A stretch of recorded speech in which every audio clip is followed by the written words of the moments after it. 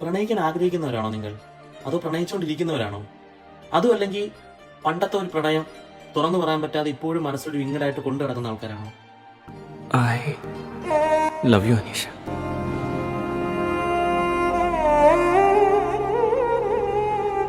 എങ്കിൽ മിസ്സാക്കണ്ട, മസ്റ്റ് വാച്ചായിട്ട് കണ്ടിരിക്കേണ്ട ഒരു മൂവിയെ പറ്റിയാണ് ഞാൻ പറയാൻ പോകുന്നത്.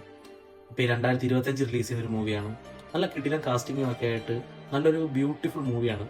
എനിക്ക് നല്ല രീതിക്ക് ഇഷ്ടപ്പെട്ടു. അത്രയും ബ്യൂട്ടിഫുൾ ആയിട്ട് പഴയ സ്കൂൾ കാലത്തെ നമ്മുടെ പ്രണയം, പഴയ നൊസ്റ്റാൾജി ആയിട്ടുള്ള കുറെ ഫീലിങ്സ്, ഒരുപാട് നൊസ്റ്റാൾജിക് ആയിട്ടുള്ള കുറെ മൊമെന്റ്സ്, ഇതിനെല്ലാം മാച്ച് ചെയ്തുകൊണ്ട് പോകുന്ന ഒരു കിടിലൻ പടമാണ്.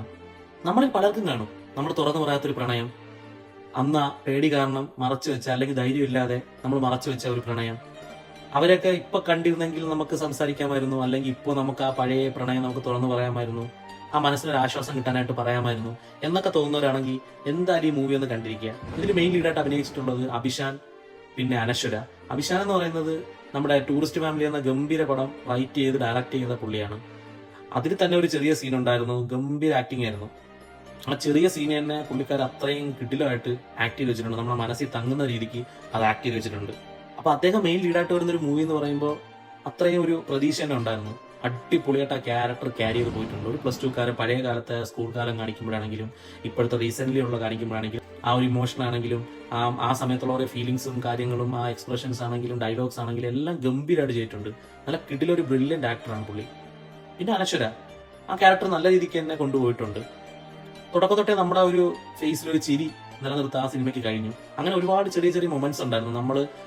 നമ്മൾ മിസ് ചെയ്തിട്ടുള്ള, അല്ലെങ്കിൽ നമ്മൾ ഒരുപാട് അനുഭവിച്ചിട്ടുള്ള, അല്ലെങ്കിൽ ഇപ്പൊ മിസ് ചെയ്യുന്ന, അങ്ങനെ കുറെ ആയിട്ടുള്ള നൊസ്റ്റാൾജിക് ആയിട്ടുള്ള കുറെ ചെറിയ ചെറിയ മൊമെന്റ്സ് ഇതിൻ്റെ അകത്തുണ്ട്. നമ്മൾ ആഗ്രഹിച്ചു പോകും നമുക്ക് ഇതുപോലെയൊക്കെ ഒന്ന് സാധിച്ചിരുന്നെങ്കിൽ, നമുക്ക് ഇതുപോലെയൊക്കെ ഒന്ന് പറ്റിയിരുന്നെങ്കിൽ നമ്മൾ ചിന്തിച്ചു പോകും ഈ സിനിമ കണ്ട് തീരുമ്പോഴേക്കും.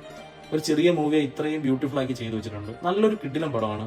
എന്തായാലും നിങ്ങളൊന്ന് കണ്ടുവെക്കുക. ഇപ്പോൾ OTT അവൈലബിൾ ആണ്, നെറ്റ്ഫ്ലിക്സിലാണ് സ്ട്രീമിംഗ് ചെയ്യുന്നത്. സിനിമയുടെ പേര് വിത്ത് ലവ്, 2026 റിലീസ് ചെയ്ത മൂവിയാണ്. എന്തായാലും ഒന്ന് കണ്ടുവെക്കുക. അപ്പോൾ ഇത്രേ ഉള്ളൂ. വീണ്ടും സന്ധിക്കും വരെ